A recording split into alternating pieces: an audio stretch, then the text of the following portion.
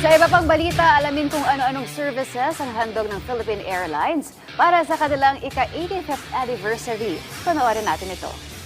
Opisyal nang inilunsad ng Philippine Airlines Cargo ang mas makabago at mas pinahusay na cargo services na may temang Care That Delivers bilang pagpupugay sa kanilang ika-85 anibersaryo ng pagbibigay ng maaasahang serbisyong pagpapadalang may malasakit at pusong alay sa bawat Pilipino.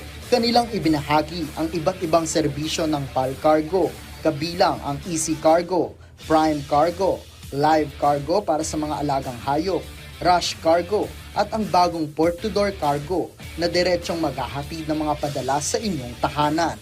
Ito ay mga serbisyong idinisenyo upang matugunan ang iba't ibang pangangailangan sa logistics na may kasiguraduhan at kahusayan. At para naman sa mga loyal customers ng Philippine Airlines, maaari ding makaipon ng mabuhay miles sa paggamit ng mga serbisyo ng PAL Cargo.